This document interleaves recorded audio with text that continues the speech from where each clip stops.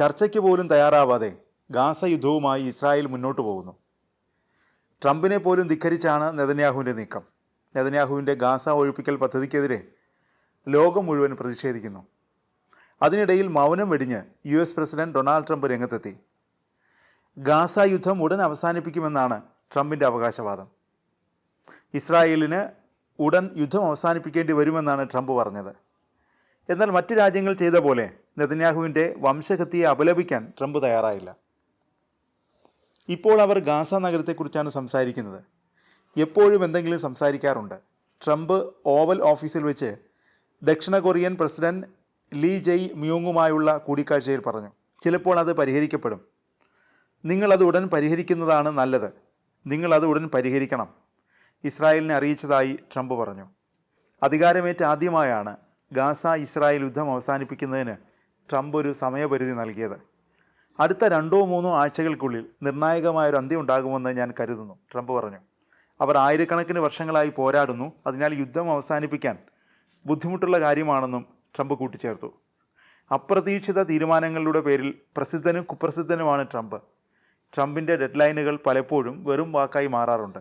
Tariff നടപ്പാക്കാൻ Trump നൽകിയ പല സമയപരിധികളും വെറുതെ കടന്നുപോയി. പൊതുവെ ഇസ്രായേലിൻ്റെ വംശഹത്യ അവസാനിപ്പിക്കാൻ ട്രംപ് വലിയ തിടുക്കം കാണിച്ചിട്ടില്ല.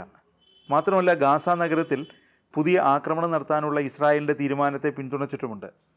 വൈറ്റ് ഹൗസിൽ ട്രംപിനൊപ്പം സംസാരിച്ച സ്റ്റേറ്റ് സെക്രട്ടറി മാർക്കോ റൂബിയോ യുദ്ധം അവസാനിപ്പിക്കണമെന്ന് അമേരിക്ക ആഗ്രഹിക്കുന്നുവെന്നും എന്നാൽ ഹമാസിനെ നീക്കം ചെയ്യുകയാണ് ലക്ഷ്യമെന്നും പറഞ്ഞു. യുദ്ധം അവസാനിപ്പിക്കണമെന്ന് ഞങ്ങൾ ആഗ്രഹിക്കുന്നു, എന്നാൽ ഹമാസിനെ ഒഴിവാക്കണം, മാർക്കോ റൂബിയോ പറഞ്ഞു. കഴിഞ്ഞ ദിവസം ഓർഗനൈസേഷൻ ഓഫ് ഇസ്ലാമിക് കോഓപ്പറേഷൻ്റെ യോഗം ജിദ്ദയിൽ ചേർന്നിരുന്നു. 57 മുസ്ലിം രാഷ്ട്രങ്ങളിൽ നിന്നുള്ള വിദേശകാര്യമന്ത്രിമാർ യോഗത്തിൽ പങ്കെടുത്തു. യോഗത്തിൽ ഇസ്രായേലിനെതിരെ ശക്തമായ പ്രതിഷേധമുയർന്നു. ഗാസയെ നിയന്ത്രണത്തിന് കീഴിൽ കൊണ്ടുവരാനുള്ള ഇസ്രായേലിൻ്റെ പദ്ധതി നിയമവിരുദ്ധമാണെന്ന് യോഗം സംയുക്ത പ്രമേയം പാസാക്കി.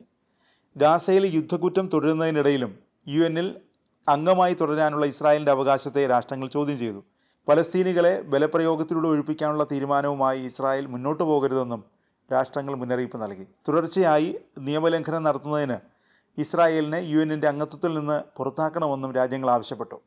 ഇസ്രായേലിനെതിരായുള്ള നയതന്ത്ര സമ്മർദ്ദം ശക്തമാക്കുമെന്നും OIC വ്യക്തമാക്കി. പലസ്തീൻ ജനതയ്ക്ക് വേണ്ടി ഇസ്ലാം രാജ്യങ്ങളുടെ കൂട്ടായ നടപടി ആവശ്യമാണെന്ന് OICയുടെ അടിയന്തര യോഗം ഉദ്ഘാടനം ചെയ്തുകൊണ്ട് തുർക്കി വിദേശകാര്യമന്ത്രി ഹഗാൻ ഫിദാൻ പറഞ്ഞു. പലസ്തീൻ ജനതയ്ക്ക് വേണ്ടത് നമ്മുടെ കൂട്ടായ നടപടിയാണ്, ഹിദാൻ പറഞ്ഞു. ഗാസയുടെ ദുരിതത്തിന് ശാശ്വത പരിഹാരം ലഭിക്കുന്നതിനായി ഇസ്രായേലിന് മേൽ കൂട്ടായി സമ്മർദ്ദം ചെലുത്തേണ്ടതുണ്ടെന്നും അദ്ദേഹം വ്യക്തമാക്കി. ഈ അടിയന്തര യോഗത്തിലെ OIC അംഗരാഷ്ട്രങ്ങളുടെ ശക്തമായ സാന്നിധ്യവും ഉന്നതതല പങ്കാളിത്തവും മുസ്ലിം രാജ്യങ്ങളുടെ ഐക്യത്തിൻ്റെ തെളിവാണെന്നും ഫിദാൻ പറഞ്ഞു. ഇസ്രായേലിനെതിരെ മുഴുവൻ അന്താരാഷ്ട്ര സമൂഹത്തെയും അണിനിരത്തേണ്ടത് അനിവാര്യമാണെന്നാണ് തുർക്കിയുടെ നിലപാടെന്നും ഹിദാൻ വ്യക്തമാക്കി.